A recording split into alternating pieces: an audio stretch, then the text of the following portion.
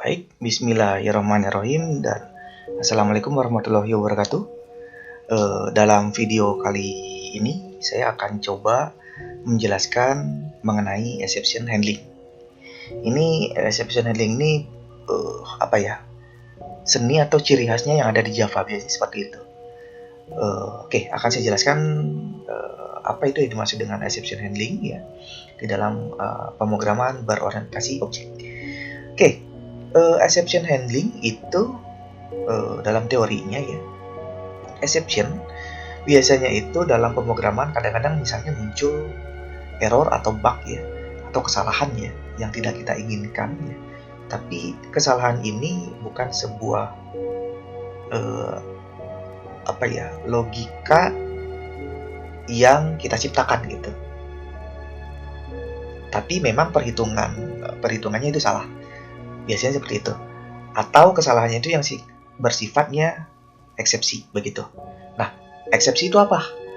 Eksepsi itu adalah kondisi abnormal yang terjadi pada saat runtime ya. Eksepsi itu adalah kondisi abnormal ya, bukan abnormal yang ada di jalan buah batu.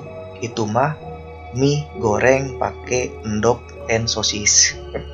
Oke, itu adalah abnormal di sini adalah sesuatu hal yang tidak biasa ya, yang terjadi pada runtime. Nah, kenapa ada exception? Karena kadang-kadang seorang programmer itu kondisi abnormal ini nggak bisa ditebak begitu, nggak bisa ditebak karena yang namanya ribuan coding itu terkadang luput, tidak perfect sesempurna apa yang dijalankan di sebuah komputer, biasanya seperti itu. Makanya selalu ada update dan seterusnya, atau versi 01, 02 dan seterusnya ya. Nah, exception ini di Java ya, itu menyediakan sebuah mekanisme yang biasa dibilang exception untuk penanganan kesalahan yang biasa disebut dengan exception handling. Gitu. Exception handling ya. Biasanya setiap kesalahan itu akan dibentuk menjadi sebuah objek lagi, kemudian akan dilaporkan kesalahannya ada di mana. Biasanya kayak gitu. Oke, selanjutnya kategorinya ya.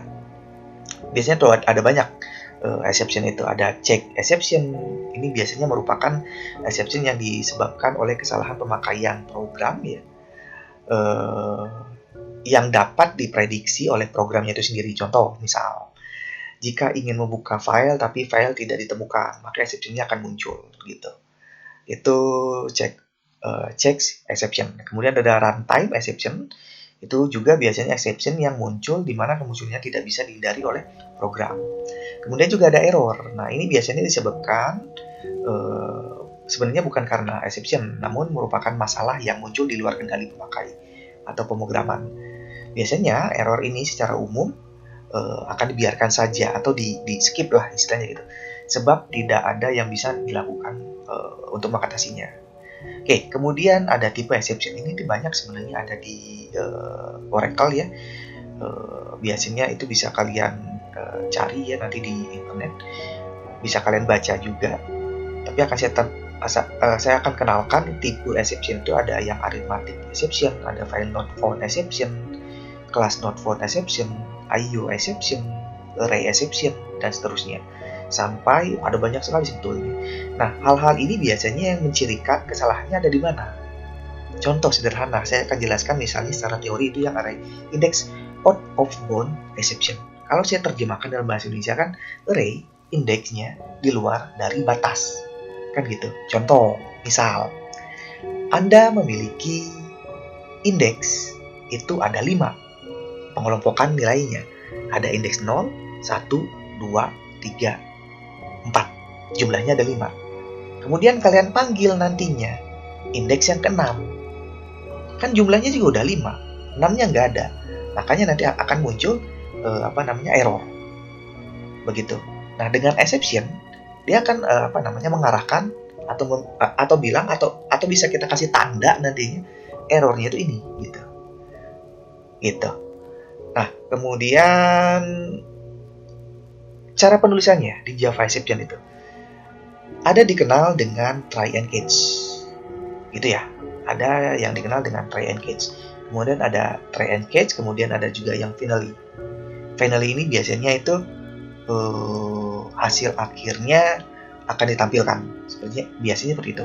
Tapi kalau yang try and catch ini agak mirip dalam tanda kutip ya, seperti if dan else mungkin ya, seperti itu. Kalau benarnya apa, kalau salahnya apa, gitu.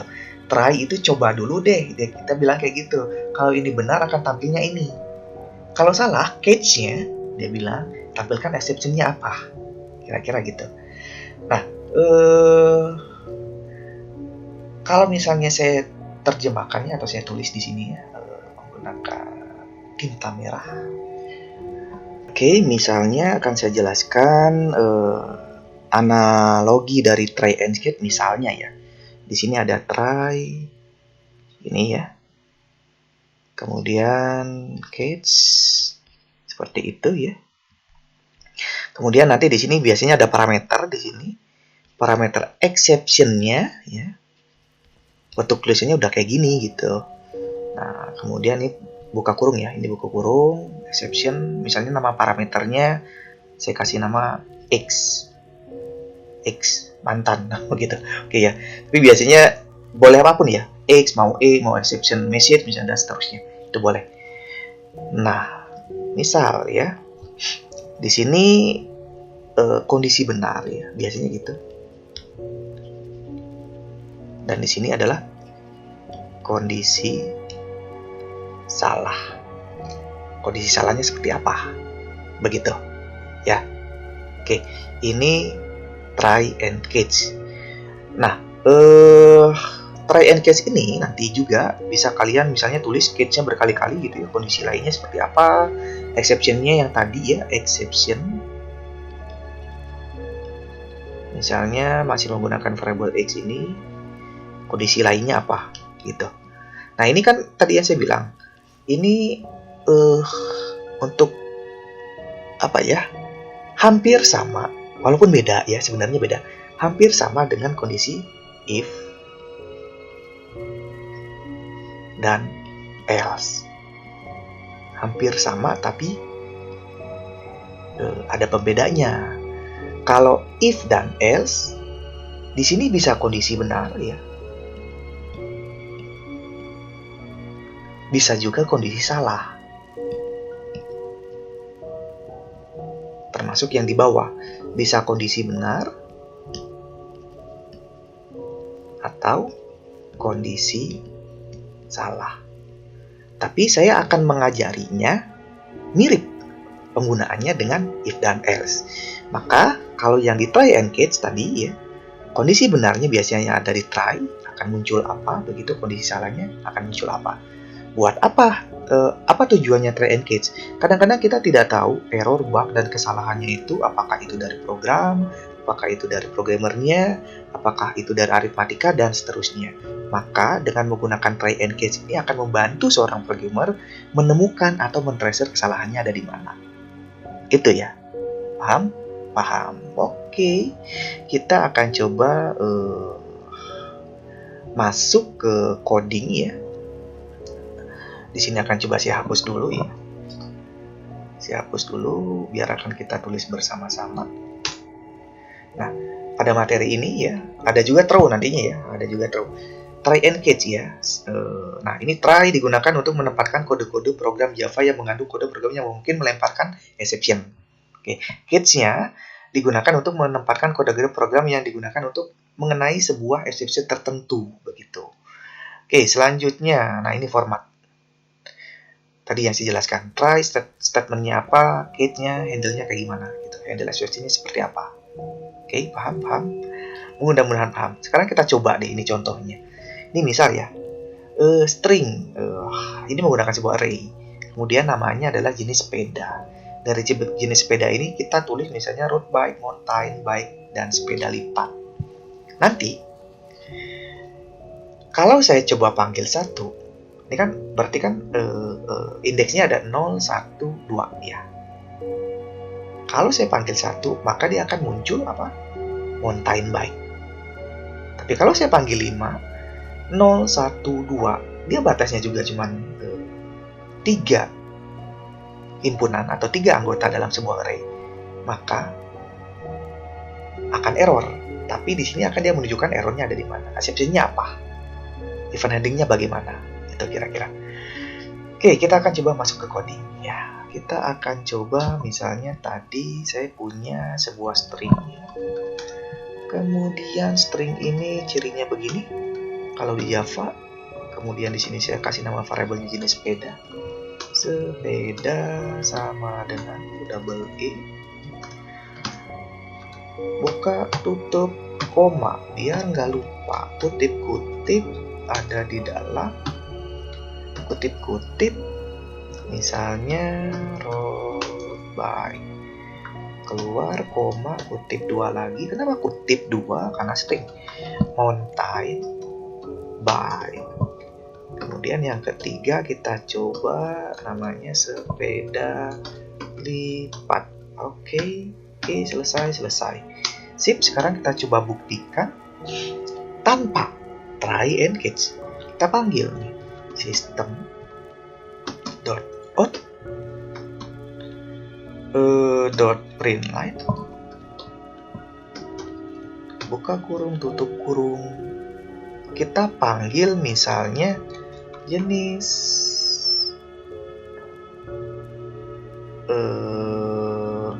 sepeda, indeks keberapa? Oh, kayaknya ada yang salah di sini. Oke, saya copy saja ini ke sini. Indeksnya misalnya saya panggil indeks ke 1 ya. Oke, paham ya? 0, 1, 2. Berarti yang muncul adalah mountain bike. Kita coba jalankan shift F6. Betul? Mountain bike. Betul ya? Sekarang kita coba kondisi yang salahnya. System dot out dot println. Oke, buka kurung tutup kurung titik koma, kita panggil lagi variabelnya. Kita coba indeks kelima. Apa yang terjadi kalau saya lakukan seperti ini? Shift F6. Nah, muncul ya. Nah, ini dia.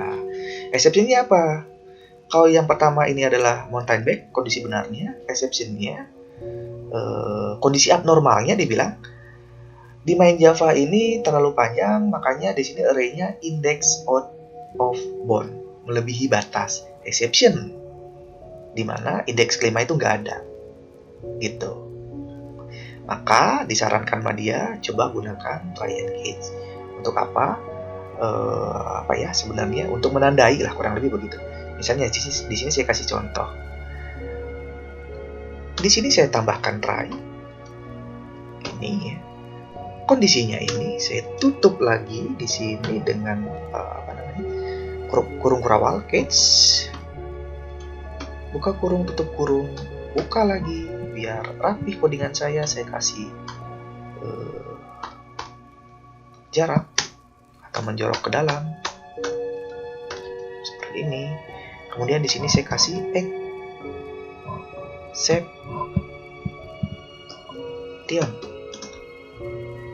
variabelnya. Exception nasionalnya kurang C. Oke, exception ya. Oke, coba kita jalankan shift F6. Mountain bike. Lihat, errornya tidak akan muncul. Gitu. Paham ya? Jadi kondisi benarnya akan ditampilkan sama dia.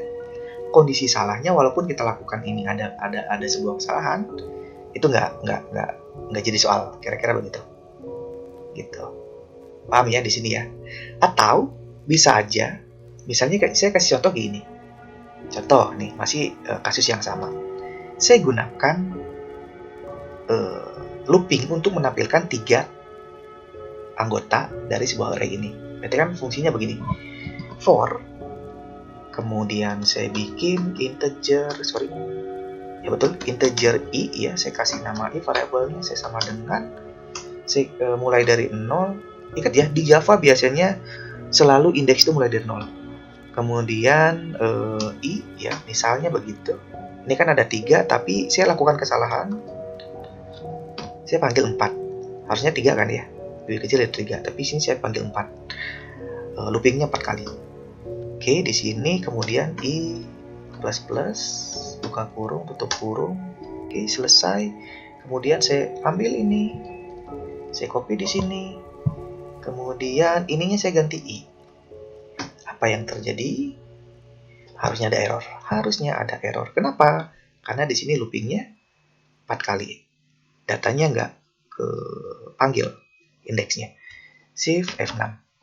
Betul? Betul sekali. Exception yang pertama ini muncul ya.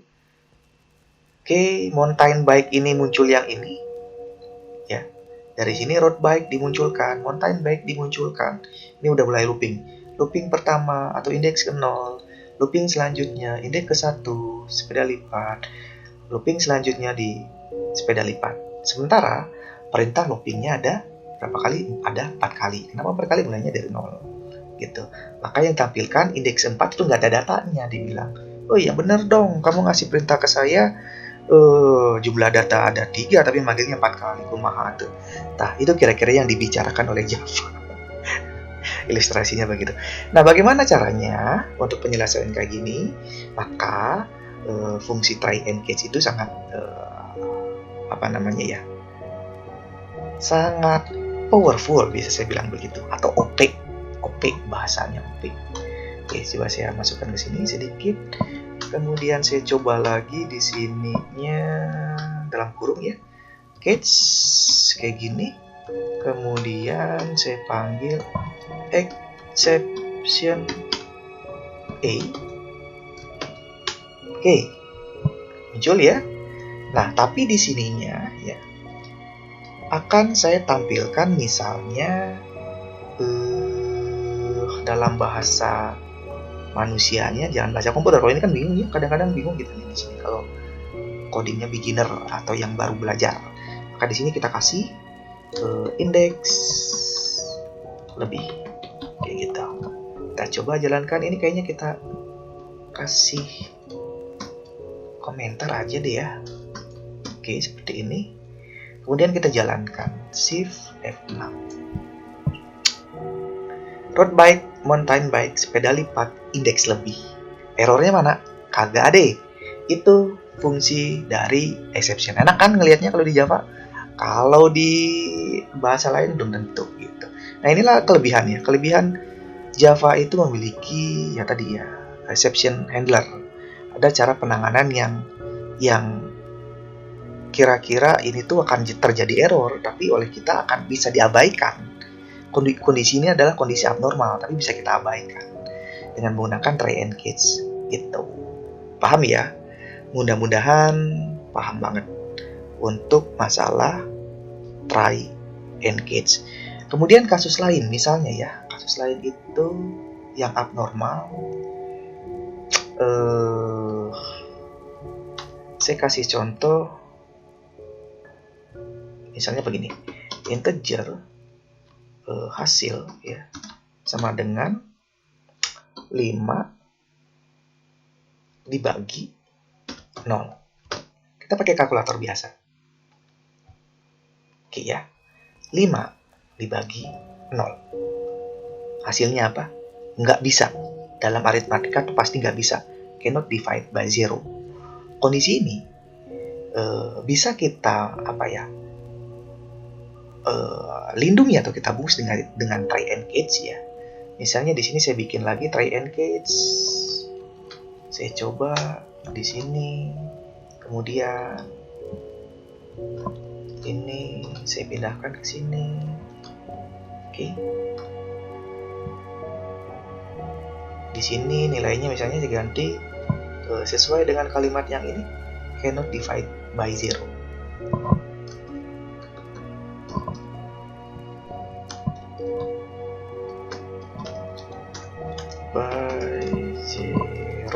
Zero.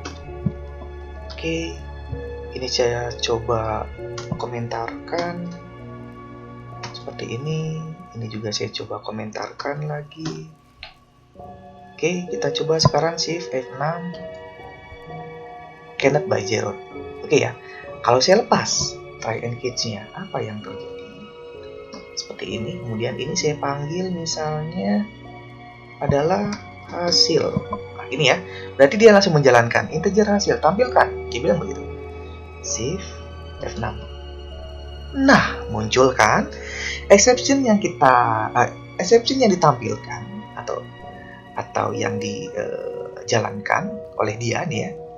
Dia bilang arithmetic exception divided atau dibagi by zero itu nggak bisa. Seperti teori yang tadi saya jelaskan di sini. Mana ya? Nah, ini itu ada banyak sekali sebenarnya. Ada ETC itu berapa banyak banget pokoknya. Itu bisa kalian pelajari deh. Satu persatu. Tapi setidaknya kesemua itu akan muncul ketika normal itu terjadi. Tipe-tipe exception ini. Maka harus dipelajari. Maka muncullah try and catch tadi gitu. Ini akan diabaikan ke semua error-error ini, kira-kira gitu konseptualnya. Oke, baik ya. Saya balikin lagi kemana? Ke mantan. Balikinnya kemana? Balikin ke semula lagi ya, biar dia tidak error. Saya coba jalankan lagi di sini. Cannot by zero. Divide by zero. Oke ya, paham ya? Paham? Mudah-mudahan paham.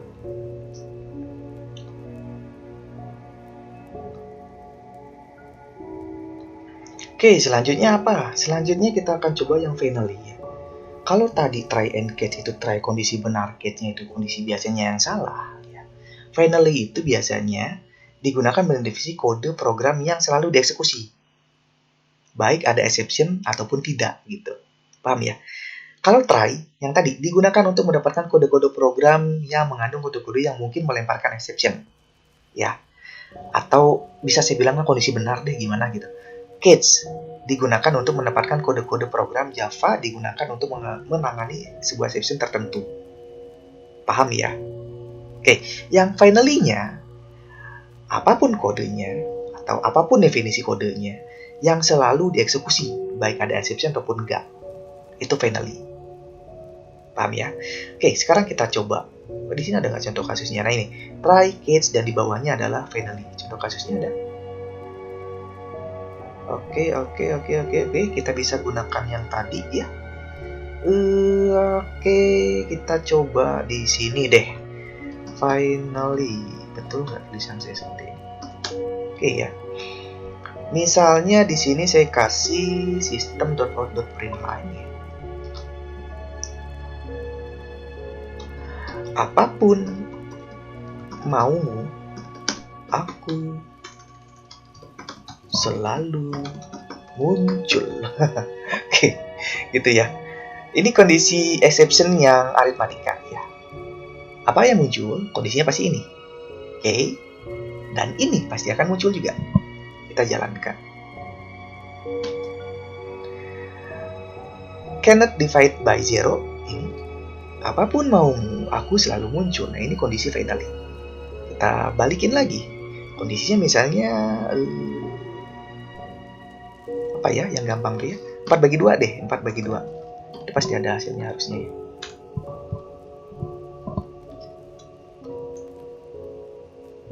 Oke, sebentar ini kayaknya ada yang salah.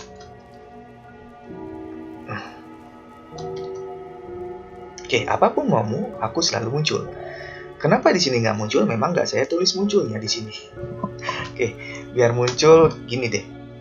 Ada terlihat berarti di sini kita panggil hasilnya biar kelihatan gitu. Shift F6. Nah, ini 0 hasilnya. Apapun maumu, aku selalu muncul. Oke ya.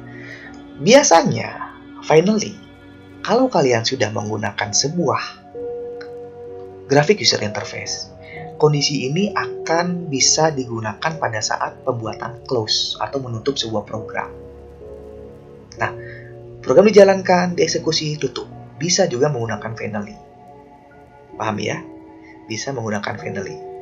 Biasanya seperti itu dalam penggunaan di Java. Baiklah, itu yang terkait tentang apa tadi namanya?